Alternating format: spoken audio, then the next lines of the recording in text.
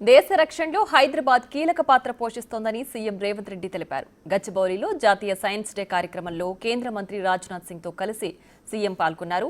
BDL, HAL, వింధాని వంటి కీలక సంస్థలు హైదరాబాద్ చుట్టుపక్కల ఉన్నాయని ముఖ్యమంత్రి వ్యాఖ్యానించారు. ఈ సైన్స్ ప్రదర్శన ద్వారా విద్యార్థులకు దేశ రక్షణ పట్ల అవగాహన కలుగుతుందని అభిప్రాయం వ్యక్తం చేశారు. సంప్రదాయ ఇంజనీరింగ్ విద్యపైన విద్యార్థులకు అవగాహన పెంచాలని సీఎం సూచించారు. Global hub for aerospace and defense. Telangana is the largest defense R&D and manufacturing hub. ఈరోజు తెలంగాణ రాష్ట్రం హైదరాబాద్ నగరం కొన్ని దశాబ్దాలుగా దేశ రక్షణలో అత్యంత కీలక పాత్ర పోషిస్తున్నది.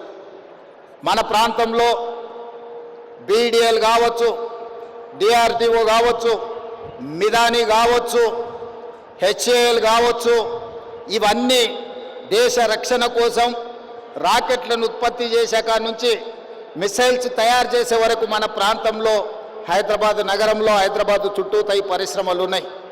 ఈరోజు దేశాన్ని రక్షించడంలో మన హైదరాబాద్ తెలంగాణ రాష్ట్రం అత్యంత క్రియాశీలక పాత్ర పోషిస్తున్నది.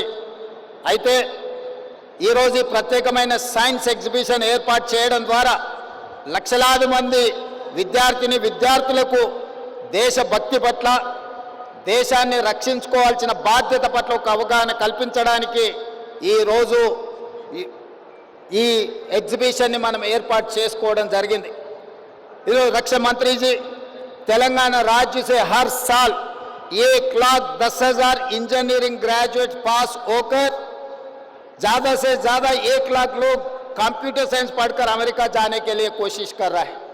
इसीलिए हम लोग ये कोशिश किए सांप्रदायिक इंजीनियरिंग पढ़ाने के लिए, देशभक्ति, देश को बचाने के लिए, आगे इस देश को रक्षा करने के लिए आज ये साइंस एग्जीबिशन हमें लगाया। आगे ये जो विद्यार्थी है civil engineering, mechanical engineering, electrical engineering पढ़कर इस देश में जो सांप्रदायिक इंजीनियर्स को और इस राज्य से हम देने के लिए कोशिश कर रहा है।